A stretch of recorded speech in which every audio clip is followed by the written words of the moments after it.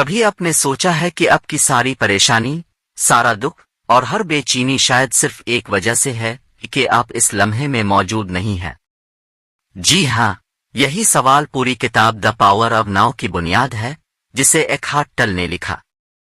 یہ کتاب ہمیں سکھاتی ہے کہ خوشی، سکون اور حقیقی زندگی نہ ماضی میں ہے، نہ مستقبل میں، وہ صرف ابھی میں ہے۔ اکثر لوگ ایسے جملے کہتے ہیں، کاش میں نے ایسا نہ کیا ہوتا، پتہ نہیں کل کیا ہوگا۔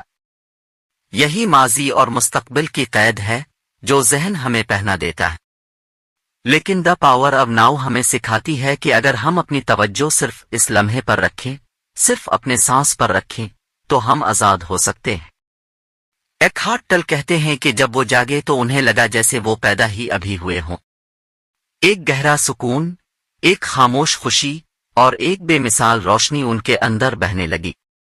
وہ کئی دن تک صرف بیٹھے رہتے، درختوں کو دیکھتے، پرندوں کی آواز سنتے اور اندرونی خوشی محسوس کرتے۔ وہ لکھتے ہیں کہ یہ خوشی باہر سے نہیں آئی، یہ ان کے اندر تھی، صرف اس لیے کہ وہ ابھی میں زندہ تھے۔